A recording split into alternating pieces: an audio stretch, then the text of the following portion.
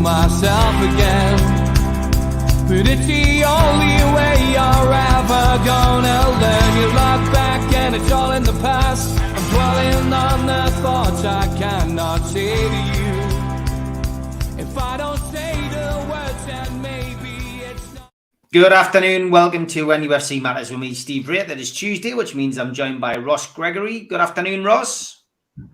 Afternoon, Steve. How are you?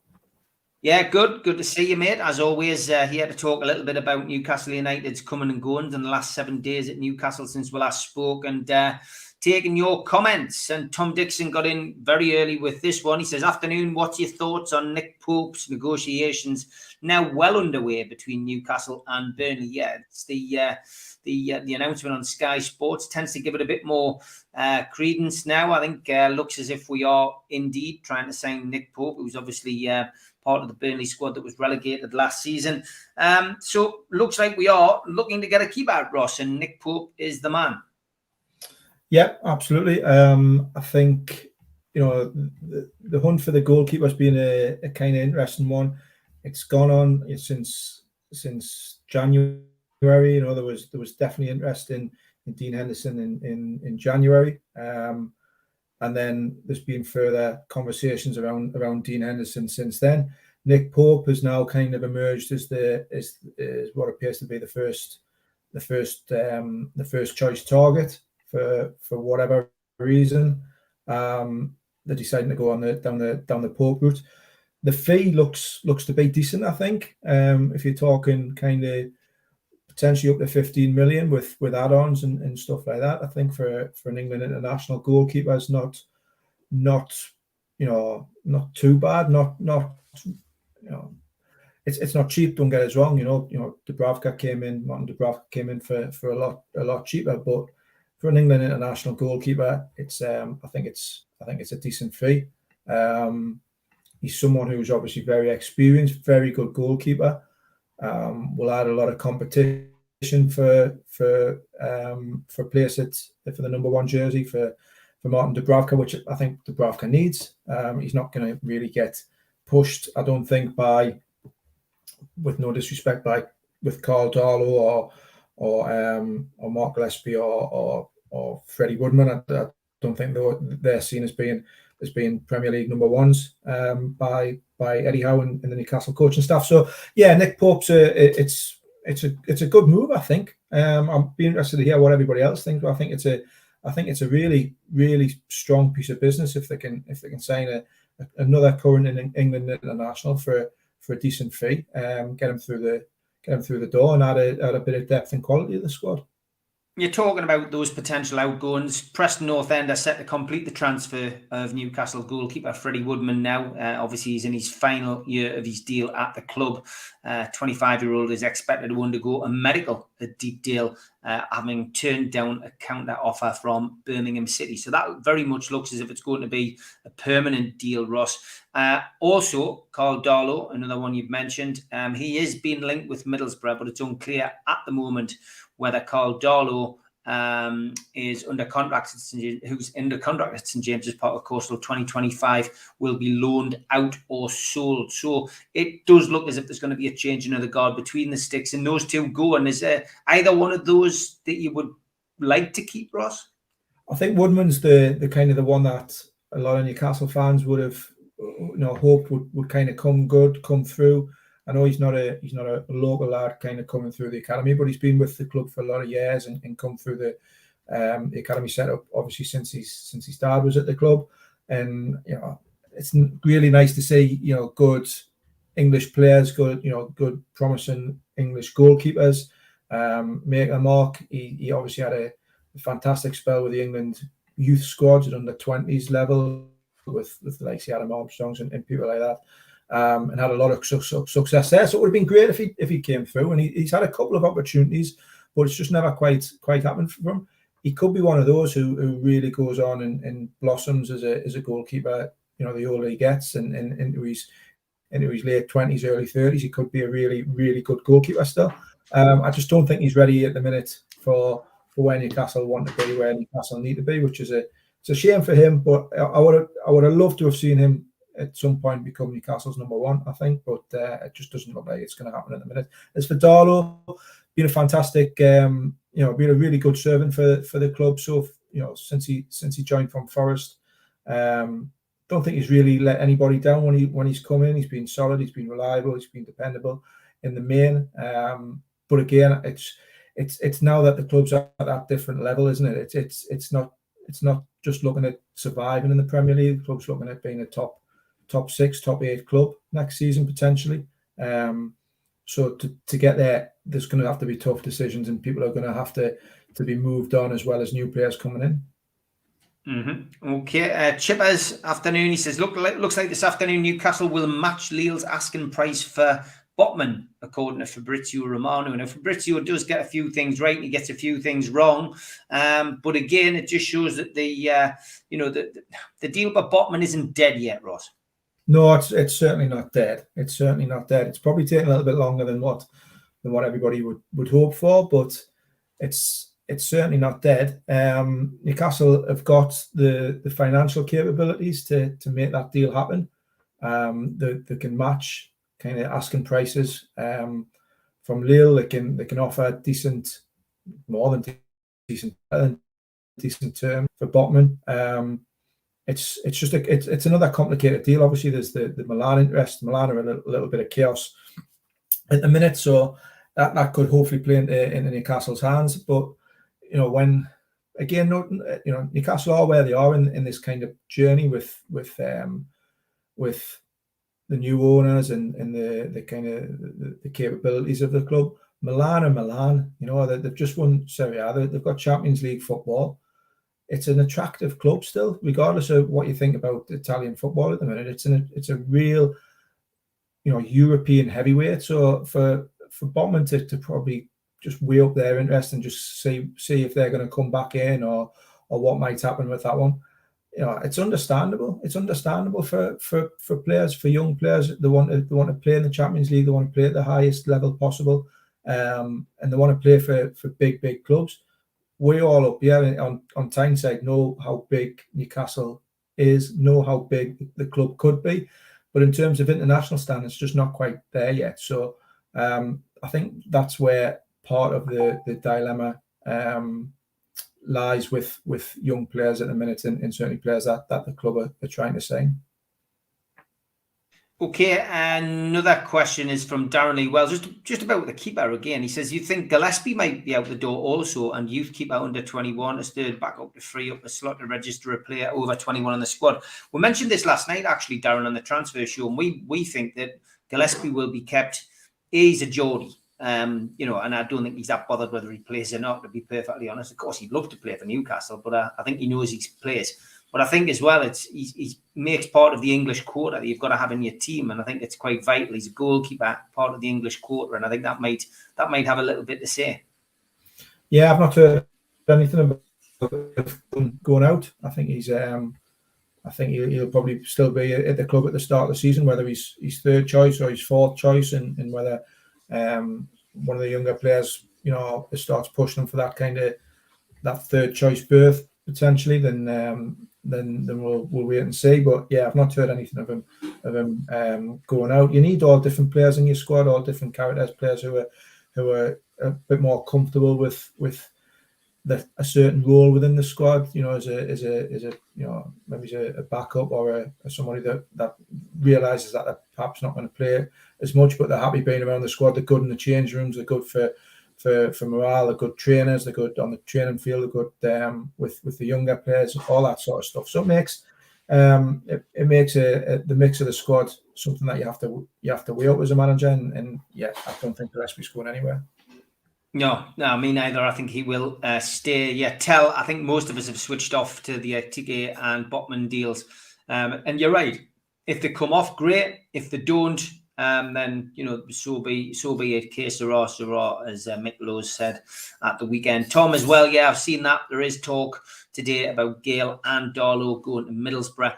Kieran Clark, of course, was linked with Middlesbrough, although I believe he will probably end up going to maybe West Brom and joining Steve Bruce. But yeah, lots of outgoings are needed, as well as those coming in. And as Sean says, any signing that improves the current squad has to be applauded. And I'm sure we'll get a few coming in. Roger, good afternoon. He says, haven't seen on a tweet that Dubravka stats for the last 2 years. Pope would be a near needed goalkeeper. Not sure what that means. Feet issues aside, good business for 10 million. But a lot of people in the chat agreeing with you, Roger, that £10 million for him is a bargain. And yeah, it's shrewd business. It's good competition for Dubravka. I 100% agree.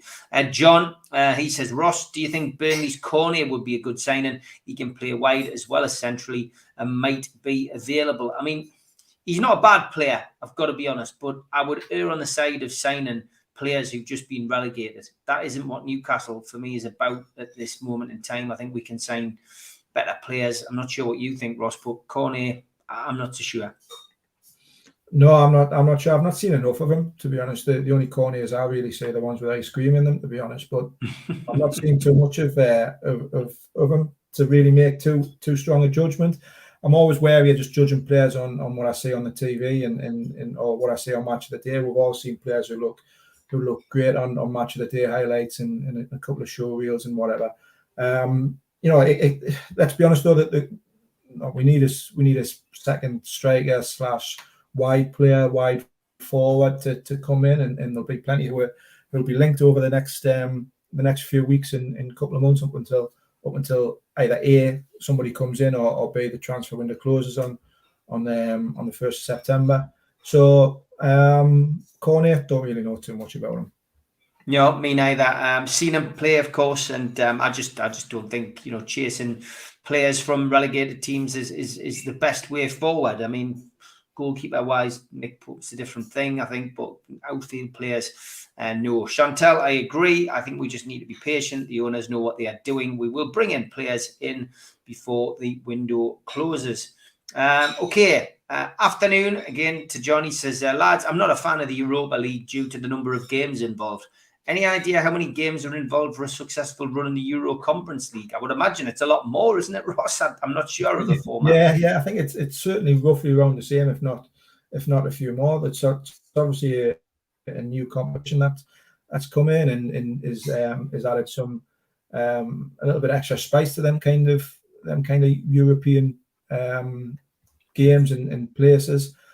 Look, John's not a fan, but look, if Newcastle are back in Europe, I'd be delighted. Whether it's the Europa League, the Conference, the Champions League, whatever it is, you know, just to be in that mix again at the top of the table, and then playing those European games, nice, you know, good European nights, I think would be fantastic for the fans and for the club. You saw last season, season just finished, some of the teams that had really strong kind of European, Europa League and Euro Conference League runs, likes of, you know, Leicester and West Ham and Rangers getting to the finals and stuff like that. You know, it's a great night, great nights. It would hopefully be a great night at St James's Park if you could get there. So I'm not there. I certainly wouldn't be knocking it. Pete Graves has put his head on the chopping block anyway. He's one of his last tweets basically says he has to say, my gut feeling is that Newcastle will still land Botman and Ekatike. So there he is, putting his professional career on the line, Mr. Graves. Well, I hope he's right, though. I do hope he's right. So Monkey Suit says, I'd love that Chiesa at Juventus. Saw him for Italy in the Euros last year. He was an explosive right winger, which is what we need. He also gets no game time for Juve. So, yeah, again, it's another name chucked in by someone, just an opinion. No potential links there. But, yeah, again, he's an exciting player. We will see. It's just like we keep saying, let's see how it develops. Rich says, I know you don't think Paqueta deal will happen, but don't forget we first contacted Leon about him and not Bruno. So, clearly, we want him. You know, Paqueta, again, it's something which I just feel it's been blown up a little bit by the media, that one, because of his connection with Bruno. I'm not sure whether that's going to go through, but again, we've spoken about it before, Ross. We know that, you know, that Paqueta would probably love to play alongside Bruno. Is you know, it's whether that's a priority, I guess. Yeah, I don't think it's a priority. That certainly this transfer window. That's, you know, never say never, and it might be something that gets revisited further down the line. He's obviously a very talented player. He's obviously got he's got a kind of grown affinity, I suppose, with with the club and with the region because one of his best pals is now at the club, and he's been over himself, and he's seen the city and whatnot. Yeah, I think it's a romantic one as much as anything else. I don't see this transfer window certainly, but I'm sure he'd be one of those names that if he doesn't sign in this window, he keeps cropping up on social media and in publications over the next 6 to 12 months. Yeah, it's it's an interesting one. As I say, I'd like to see him in a black and white shirt, but I'm not convinced we will. Newcastle won't pay over the odds for players, which is good to see. But if we can get Hugo and Botman over the line soon, it's time to move on. Plenty of players are available. And Sir Monkey Suit says, considering we've apparently upped the bid for Botman to their asking price, that's media speculation, of course. I swear to God, if Lille up it again, I'm going to forever have a vendetta against that club, says Sir Monkey Suit, which I can understand why. Dan says, do you think we'll look at re-signing Mbemba on a free? And also Frank Kessie is still technically available. Yeah, Mbemba's an interesting one. The lads at Loaded Mag last night were talking about this one. What's your thoughts on Mbemba? Because he was a good player. He's a couple of years older now since he was at Newcastle. Got a bad injury, of course, and that curtailed his involvement at the club. But is Mbemba one that you would pursue? No, not in a million years. Not in a million years. Moved on from Mbemba. He was all right when he was here. He wasn't. He did okay, but I think you can look for miles better players than Mbemba. We're going backwards if we bring someone like Mbemba in. I think my opinion, anyway. Yeah, that's fair enough. This one from Tell.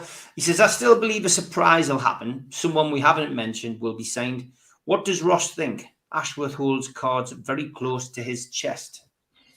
Yeah, I agree. I think there'll be. There's certainly deals that are being worked on and players that are being mentioned. A lot of them, the names leak out into the media. That's just life. It does with pretty much most clubs, and you'll see these transfer sagas, like we've got with Botman and Ekitike. You see it at other clubs. You see it. You look at what's happening with Man United and with Chelsea and with other clubs. A lot of it does get played out, but there will be, I can guarantee now, there will be players on the list of alternatives or players being considered in different positions, which nobody is being made aware of yet. Dan Ashworth is obviously come in over the last couple of 3 weeks, and he's trying to hit the ground running and get a lot of deals done, juggling a lot of balls, I suppose, and there will be an element of him having to trust Steve Nixon and the recruitment team and the players that they've got on their books. You're not just going to automatically, they shouldn't do automatically start ripping up transfer lists and ripping up scouting reports and start looking at somebody just completely out of the blue. So there will be a list of players that's being worked through, and some of those names will have come out, and some of them won't. I'm fairly certain of that. And you're obviously on Twitter, Ross. You'll have seen the fallout over Dominic Calvert-Lewin. Some fans really want to take a gamble on him. Other fans don't want him anywhere near the club. I'm not quite sure why there's that negativity against him. I know that he didn't have an injury-free season last season, but what I've seen of Dominic Calvert-Lewin is okay. And we had Charlie Bennett on last night from the Chronicle, who'd done an article for the Chronicle, on his stats. And, Callum Wilson, I think, had come out, the better striker, I guess, between him and Calvert-Lewin. But he a better, the way that Charlie described it last night was he would be an advancement on Chris Wood. Very similar, does a lot of running, holds the ball up well, and score headers. You could complement Wilson as opposed to replace Wilson. So, that was his view. What's your view on Calvert-Lewin? I like him. I do. I like him. I think he's a handful when he's on his game. I think he's a good young prospect who will hopefully get better as well. He's not had a run of games really for a little while now, that, you know, with his injuries and everything else like that. But if you forget last season with his injuries and you look at the season before that, when Carlo Ancelotti first came in and he was working with Calvert-Lewin, and he was working with Calvert-Lewin was working with Duncan Ferguson before that as well. You know, there's a player there. There's absolutely a player there. He's an England international. He run a run of form and a run of injury-free year. I think he could be a real star for Newcastle. You know, if they can get that deal done, I'd personally be delighted. I think Everton will want a lot of money from him, a lot of money from him, and it's be whether Newcastle are willing to pay that. Let's not forget Everton are in a little bit of financial trouble themselves, and Frank Lampard's wanting to rebuild a squad there, but they don't have a great deal of kind of cash available at the minute to do that. They've got a new stadium which is being built. They've got the issues around the ownership and some of the sponsorship monies, and I'm sure someone will definitely in the next 30 seconds put something in the comments about FFP as well, because that always comes in. So they do have some financial issues, and you know, I think either Calvert-Lewin or Richarlison will be sold this summer to try and release some funds. I would snap your hand off if the price was right for Calvert-Lewin. I do really rate him. Yeah, I mean, Calvert-Lewin would be an upgrade for me, so I'm definitely a fan. Troll says we shouldn't put money in the pocket of Everton. Still a lot of negativity towards Everton from our supporters. Diaby's a must for me. Young talent that can be with us throughout the transition. What's your thoughts on Diaby? Again, is it not a player that I've seen a lot of? I'll be honest on that. I've not seen a lot of him, so I wouldn't want to give like a huge judgment on him being the next best thing. But there's a definite interest there. You know, he's definitely been scouted. He's certainly someone that's been talked about as a potential signing and a target.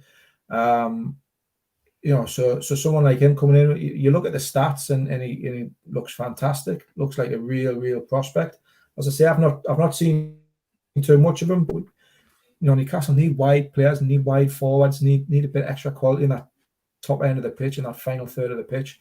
So anybody who can add that extra quality, or the club who think can add that extra quality, will certainly be an asset. We've got plenty of players who can play up there, who can play out wide. You know, your St. Maximans and your Almirons and your Ryan Fraser, Jacob Murphy, so on and so on. But I just think that there needs to be a heck of an upgrade in quality for going into the Premier League season if the club's to achieve its ambitions next year. Roger says, Ross, Diaby or Dominic Calvert-Lewin for 50 million? Which one? It's not my 50 million. Can we take both? Rich says, would Ivan Toney not be a better option? For me, you're going back again, Rich. You know, you're going backwards again a little bit. I've not seen enough of Toney to think that he's worth revisiting. I've not. He looked great in the Championship. He did, absolutely 100%. So does Mitrovic, and I wouldn't want to go back there either. You know, he did okay in the Premier League. Toney, he's a big lad. He's a handful. I wouldn't say I'd be happy if he came personally. I think, but Calvert-Lewin, it certainly looks a better player to me. Yeah, I would say so as well. Retro Andy says, Fab Romano has just said that we are offering 36 million euros for Botman, and will continue dialogue with Ekitike representatives, and he is expecting both to sign. And I do agree with Jack when he says, two journalists have given two completely different stories today on Hugo. One says there's been no contact, and the other says that he's cutting his holidays short. Is there any wonder the fans get frustrated? He's got a point. You know, there's always going to be conflicting stories within journalists. Some will have contact, some will have different contacts. That's the nature of the job. Unfortunately, you know, I've tried to come on here previously and give a little bit of kind of insight or explain how it works with transfers and from a journalistic perspective as well. You know, you've got, you know, all journalists will have their kind of contact sources, whatever you want to call them. people that they trust, people that they've spoken to or built relationships with over years and years and years. As a journalist, do you get every story right? Of course you don't. You absolutely don't. And there's a number of reasons behind that, especially when it comes to transfers. It's a really, really difficult time to. It's an exciting time to be a football journalist, but it's difficult as well because there's so many moving parts to a transfer that, you know, it's hard enough for clubs to get the true kind of line, the true story, or the best steer. Never mind media and journalists. You've got to go sometimes on what you're told and what you trust, and you know, you try to double source stories all the time. You don't just necessarily go with one, but there's such complex moving beasts. It's difficult. As for Ekiteke, you know, I don't think if I'm going off the same story there, I don't think he said that he is cutting his holiday short. I think it said that he's prepared to. If the clubs can agree all the terms and everything like that, he's prepared to, and he'll come over. Newcastle are, as my knowledge is, and I've been told this by two people today, Newcastle are hopeful that deal will get completed, possibly this week. They've got a medical booked on standby, so they're ready to go as soon as it. And they are hopeful that it'll get completed this week. But equally, I understand fans' frustration because you know we were hopeful it would got completed last week, and hopeful that the Botman deal would get completed as well. So just a little bit of patience, I think, is needed. Yeah, it's the word we've used plenty times on here over the last few weeks. Big thanks to our sponsor, Spider Miner. Worldwide coverage from Gareth, Nathan and the lads. The only cryptocurrency miner that can mine 5 different cryptocurrencies at the same time whilst using virtually no energy. And it's VPN protected. Buy yours now at www.miner.spidervpn.org. Thanks to Scott and the lads at Skips and Bins. Telephone 0800 25 45 25 3. Email inquiries at skipsandbins.com. Website www.skipsandbins.com. Easy, contract free and pay as you go waste collection. Thanks to L&G Family Funeral Directors 01913897245 and a Garden of Healing Dispensary, CBD hemp and cannabinoid specialists www.thegohd.com. Thanks to qtechshop.co.uk, the makers of pool tables and snooker tables in Wallsend, Newcastle, and the guys who run our website, NUFCmatters.com. And thanks to Cleakai, meet the new Game Over screen, drop into a Clearrun device near you, available on Apple Store, Google Play, and clearrun.game. Thanks to Media Arts for all the help with the video side of things.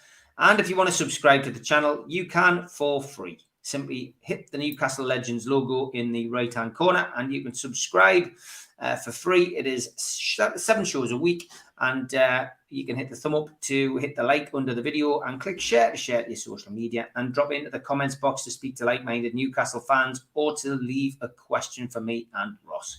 We're also available as a podcast on iTunes, Spotify, Podbean, and the rest. Usually goes up 24 hours after the show has finished. If you want to become a member, then click join underneath the video and you can join the YouTube community, or you can put your smartphone camera over this QR code. It'll take you to the NUFC Matters membership pack, which you can purchase at the website, nufcmatters.com.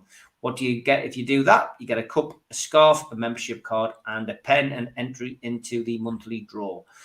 We also give away a car sticker. If you subscribe to the channel, you simply have to apply for it by sending an email to john@nufcmatters.com.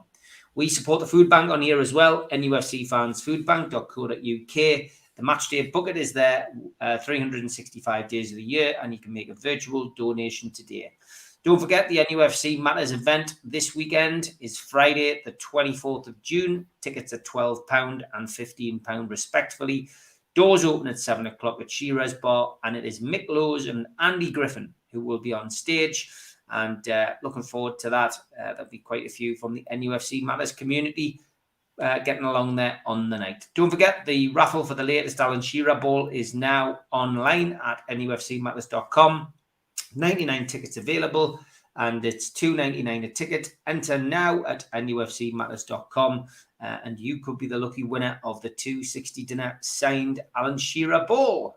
Get yourself involved in that today. And don't forget, Tyson Fury is coming to the Northeast 7th of July, and he will be at the Fed in Gateshead, and that should be a cracking event. Tickets selling very, very quickly for that, and look forward to welcoming Tyson back to the Northeast in due course. Okay, back to your comments, and Chantel says, Lingard being told that he's about his wage demands. If he did, would we still want him to lower his wage demands? That's what she says. So yeah, I mean, Lingard, it was a January transfer window story.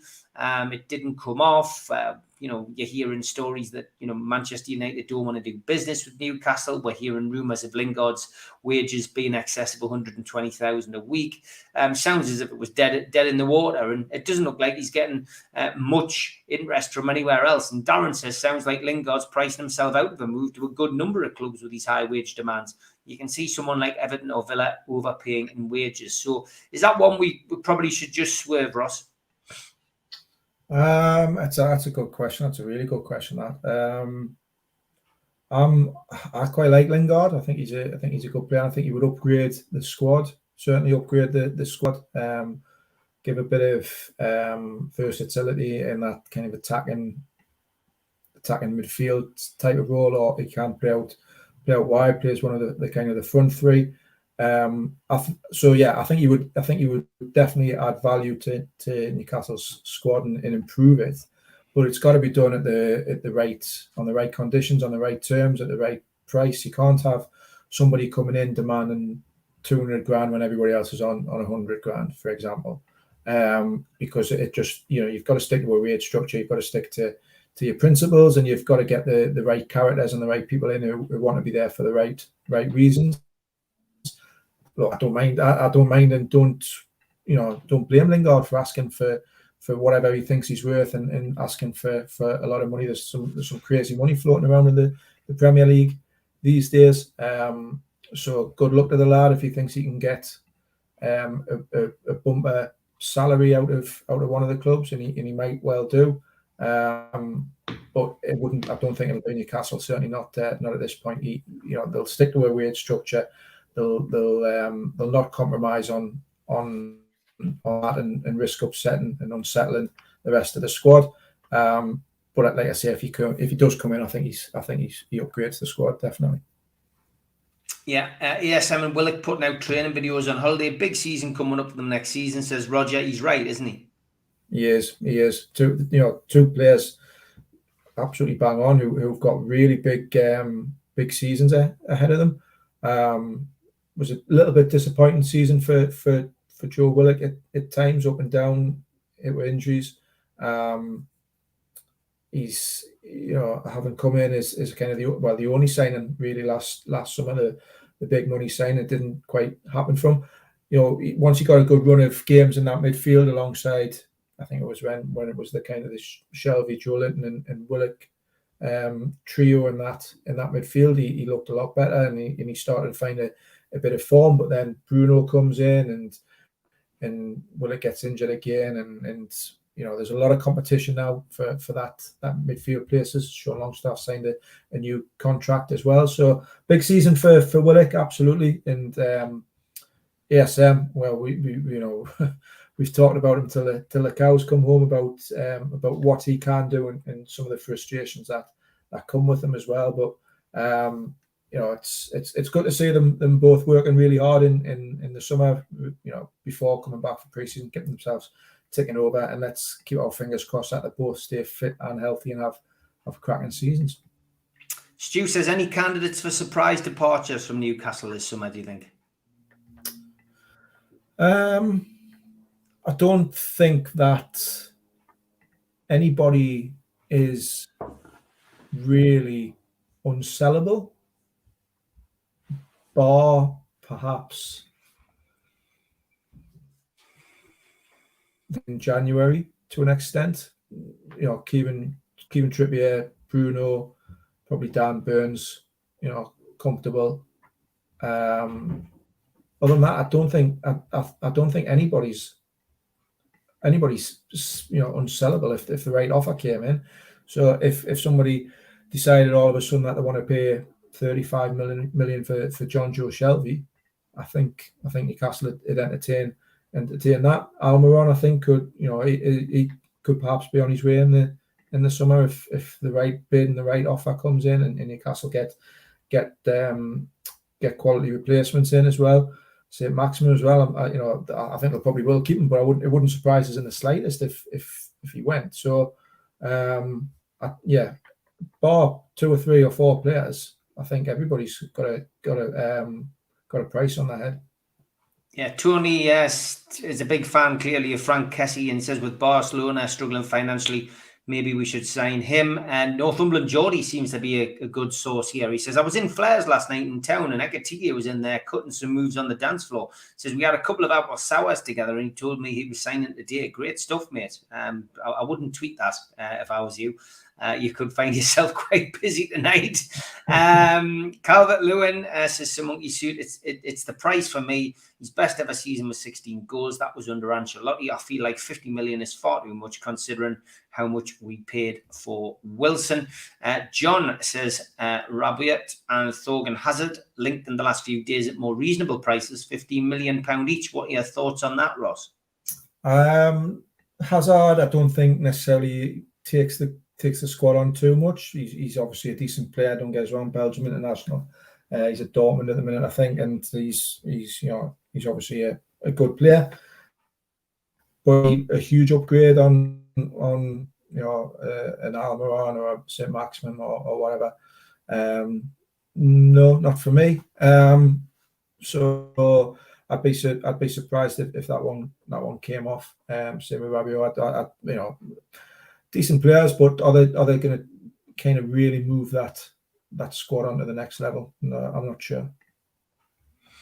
Okay, and next point made by John Steve. He says, do you think we should show an interest in Sterling? He could take us to the next level. I mean, yeah, Raheem Sterling appears to be surplus to requirements at Man City, not an ever-present now as he was a few seasons back. I mean, it would be a great signing. I'm just not sure how achievable that is in the current state of Newcastle's tenureship with the new owners, Yeah, it'd be a proper statement signing. Sterling, hell of a player, cracking player. He's won pretty much it all at City bar the Champions League.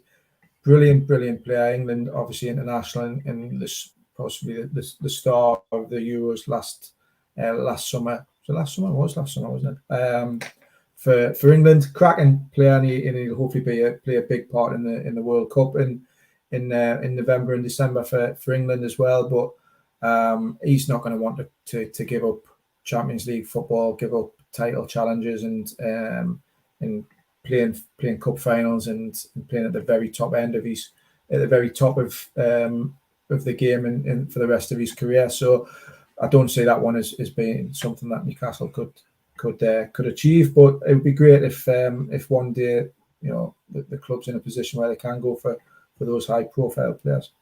Tom asks, would you give John Joe Shelby another chance this season, or would you sell him? John Joe Shelby. He's one that frustrates me. That I kind of have I wouldn't say a love-hate relationship with, but he just frustrates us. He's got ability. He's got so much ability, and he can dictate games, and he can do a lot. But it's just that lack of consistency for me. I think his performances since Eddie Howe came in deserve deserving of his place and deserve another chance next season to show he can be part of the next step, if you like, the next phase, whether he can do that. But I'm just not. I've never been convinced by John Joe Shelby. So if somebody came in with decent money, I'd probably take it in a heartbeat.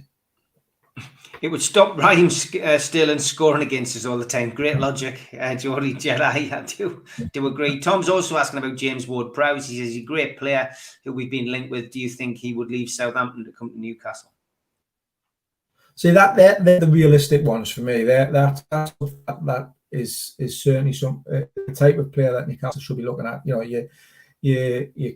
Your Calvert-Lewins and your James Ward-Prowses and other double-barreled names that we can think of. They're the types of players who they're at clubs which are on a par with Newcastle, in terms of league position or in and around. They're not currently playing Champions League football or playing in cup finals or that sort of thing. They're young, they're hungry, they've got kind of ambitions, you would think, to get to the next level, and Newcastle could be the club that helps them get there. So Ward-Prowse is really, really good footballer. Obviously, not just his set piece delivery, which is obviously excellent, but sometimes masks what a good player he is in terms of pressing, in terms of his ball retention, in terms of his work rate, and kind of bossing that midfield.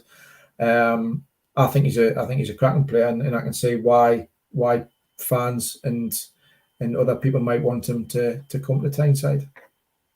Yeah, Sterling would be wanting at least 250 grand a week in Northumberland. You are quite right. I like this question from Northumberland Geordie. He says, would anyone be that disappointed if we started next season with the team we finished the season with when they're all fit? No, I don't. I wouldn't be, personally.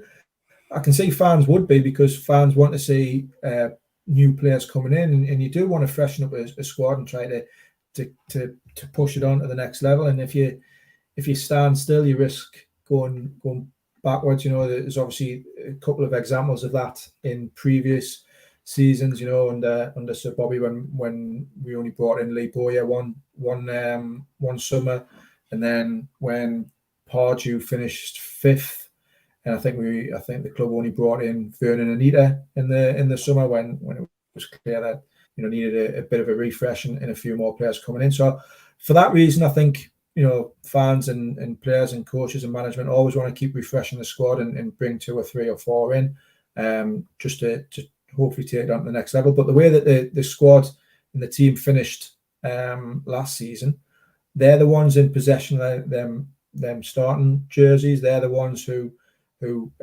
propelled Newcastle away from danger and away from the relegation zone up into a fantastic finish. So the ability is certainly there with them, but you do like to see 1 or 2 new signings come in. Yeah, it's for me, I think we could easily do that, but I do think there'll be players coming in. But it's a good question. Certainly gets people talking. That's for certain. What about Xavi Simons, a 19-year-old Dutch midfielder who's out of contract at PSG?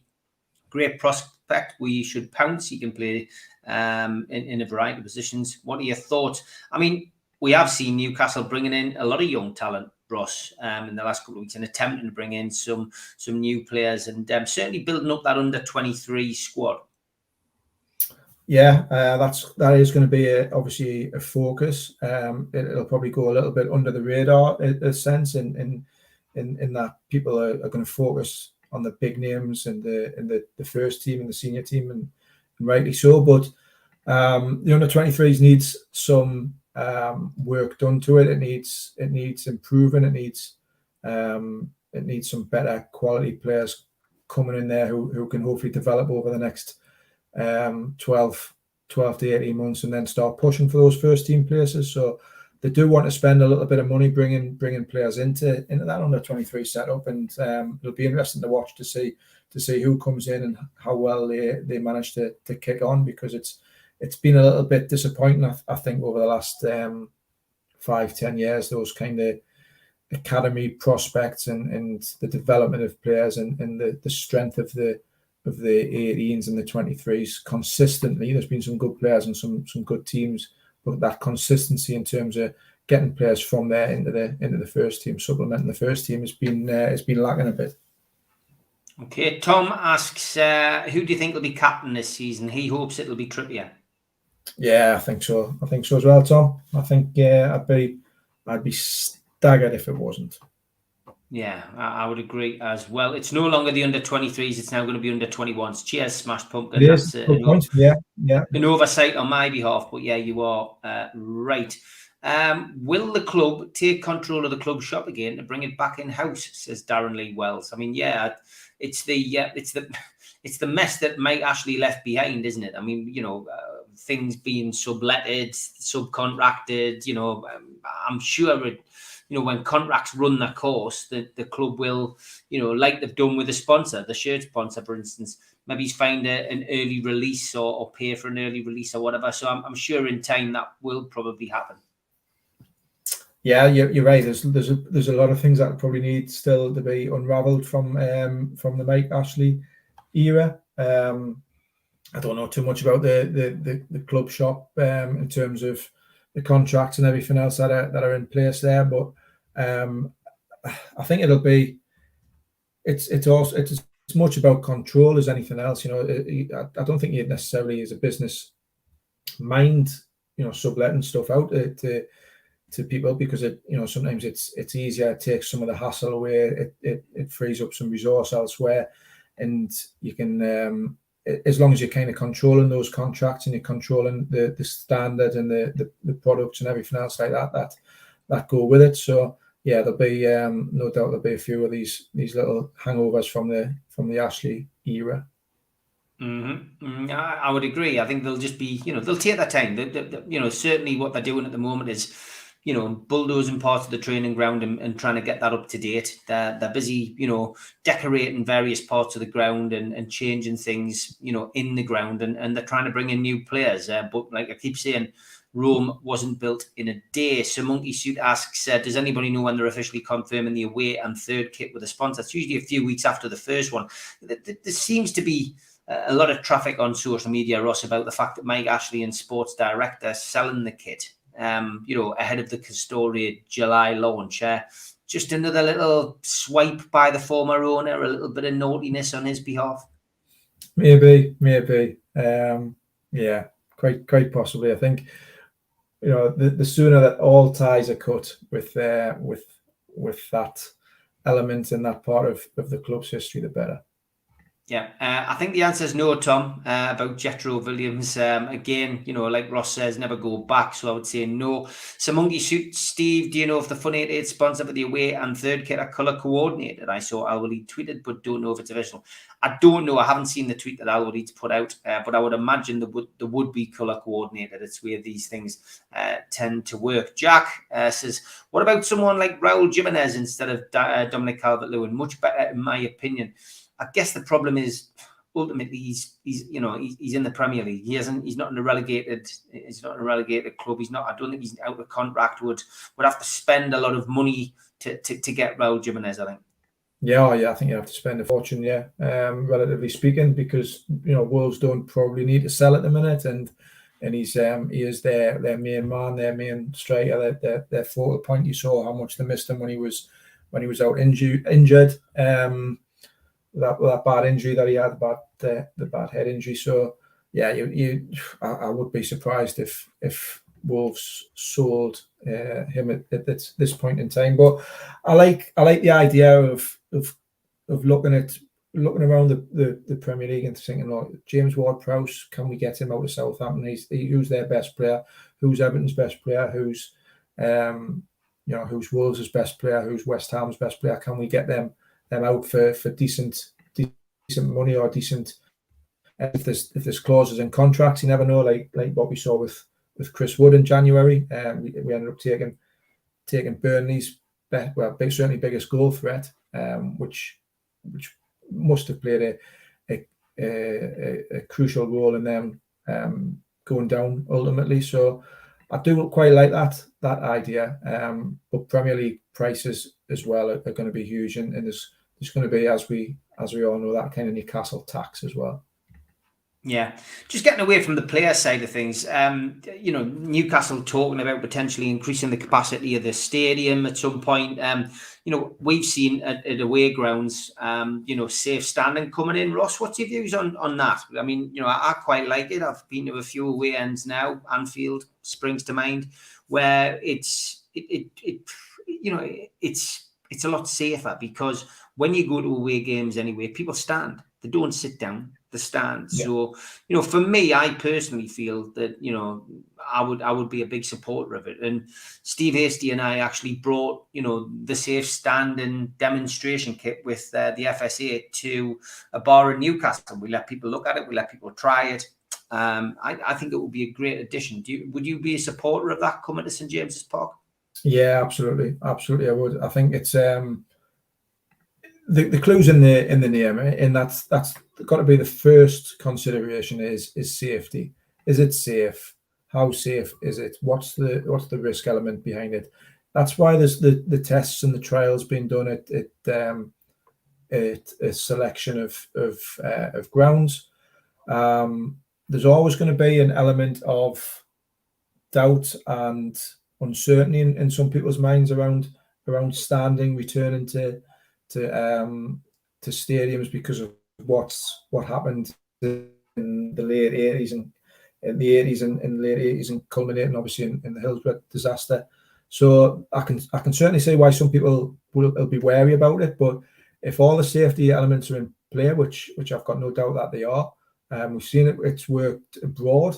I think it certainly will help the atmospheres as well and just provide a different match day experience and an atmosphere for people.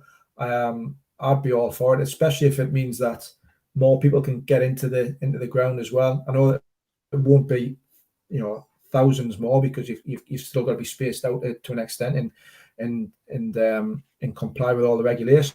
But anything that can help develop St James's, because we're a bit hemmed in there with everything else like that. I think it's a great shout, Steve. Yeah. Okay. Any news on Gareth Bale? Says Tom. I'd love to have him at Newcastle. No news on that, I don't think. No. Can't see that one happening in a million years, Tom. No, him and Eriksen, of course, the two marquee signings I think a lot of people would like to see. Ian says, Ross, for me, I like the fact we're targeting a lot of the captains as well as best players of rivals. The dressing room will be full of leaders. And if we can get a quarter of our targets with what we have already, it'll have been a good summer. So it's a good point, Ian. It's a good point. You do need strong leaders. You do need characters in the changing rooms. We've talked about that a little bit earlier with getting the right mix of players in and right characters. You do need strong players and strong leadership.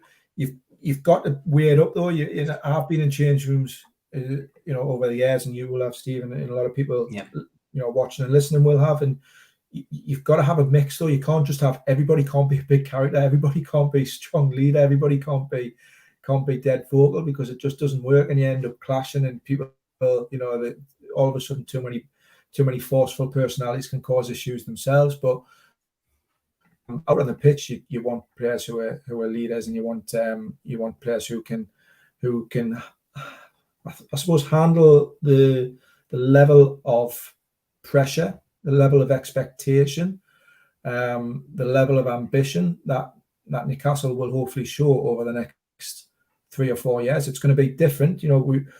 We've needed players in the past who've been able to deal with a different type of pressure and a different type of expectation around where the club was at the time, whether it was getting out of the Championship or surviving in the Premier League. That brought pressure and expectation and everything else that goes with it as well. But you need players with almost a different mentality to take that next step now. So I'm sure that'll all be built in with the recruitment and the scouting that's being done. They'll be looking at the backgrounds of players and what they've done before and what their personalities and everything else are as well. And yeah, hopefully we can get the right mix in change rooms. But if there's a good player comes available and he's quiet and he's a bit reserved and he's a bit timid and he's not that big personality or leader, then that's fine, because you need that mix in a change room. Yeah, sounds like Eriksen's agreed to join Man United. I've just retweeted actually something, Darren, where someone says the polar opposite, that he's rejected Manchester United. So again, it's not just Newcastle United who have those kind of stories circulating. There's only one United anyway. I think if he wants to go to a United, he knows which one to come to. Jack very kindly said, I just want to say, great show again. I don't usually comment. There's so many for you to get through, but thank you, Steve, and the team for the great work. Keep it up. Thanks to Ross as well for coming on.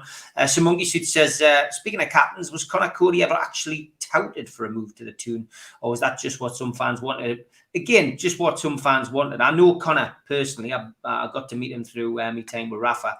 I've got to be honest. I do keep in touch with him, and every now and then I will drop him a text and tell him to come to Newcastle. He knows where he'd be welcome, but he never responds to it. I've got to be perfectly honest. Although I do get the odd text off him if I don't mention moving to Newcastle. But yeah, I would love to see Connor Cody at Newcastle, and I'll hold my hands up and say that, yeah, it's me who probably mentioned Connor Cody on NUFC matters. But as for an official link, no, definitely not being mentioned whatsoever. Toon Trader says as well, 100% Ross, we need a few leaders to look after ASM. And Darren says, interesting news on Ericsson if he has rejected it. Lots of positive comments coming in as usual. It's very kind of you to say that. Another one, obviously we've touched on Diaby, but Ismaila Sarr, again, another relegated player with Watford. It's a name that won't go away, Ross. But again, I do feel that the little issue that he had, off the pitch, within social media could have a negative effect on Newcastle, and maybe he's targeting him at the moment. But I mean, judging him on football alone, again, it could be a player, maybe he's worth looking at for Newcastle in the summer. Yeah, I think. Look, I'm repeating myself a little bit here, I suppose, but there will be a list of targets, and then there will be a number of players that are under consideration and are being spoken to, and there's a pan simmering over here with Ekitike, and there's another pan simmering over here with Ismaila Sarr and Diaby, and there's a various different pans on the hob, all simmering away, and it's which one comes to the boil, which one they can get to come to the boil quickest, what's the preference, and all of a sudden they might have to turn one down and turn another one up. It's that kind of thing, you never have in football the recruitment teams, they never just have, oh right, who do you want? Oh, we want to go and sign Ekitike, right, let's go and sign him. Anybody else? No, we'll just Ekitike. That's not how it works. There'll be 6 or 7 or 8 players on a list that they want to target, and there'll be a preference, there'll be a priority list, and it'll be one there which everybody ticks the box and goes, yeah, or we want him, let's go and go and get him. But because deals are complicated, you can't always get them done. So you need them backup options. You need to be speaking to different agents. You need to be speaking to different players about possibilities, and eventually someone will come in and that deal will get closed, and hopefully it's the one that you targeted initially and you had your first choice. But if not, there's a lot of still very good players out there, and I'm sure they're keeping the tabs on a number of different targets at the minute. Barry, safe trip up. Look forward to seeing you on Friday. If we want a defensive midfielder, what about Sangaria? We will link with him, says Tony. We were. I again repeat myself a little bit. I just don't see midfield necessarily being a priority at the minute. I might be wrong, but I think centre half, goalkeepers, forwards are the kind of priorities at the minute. And defensive midfielders, I do think they probably do need a really strong quality defensive midfielder. But there's Bruno, there's Shelby, there's Longstaff, there's Willock, there's Joe Linton. There's lots of options in that middle of the park at the minute. So I don't see it as being top of the list of priorities, but maybe something that they'll look at further into the transfer window once they've got other players into the club and other positions filled. Yeah, okay, great stuff. We're nearly up, nearly done with the hour today. It's been great to hear all your comments. Thanks for taking part. I think we all have to remember the deal has to fit in the team. There is Jack Talbot. He's not everyone's cup of tea on Twitter.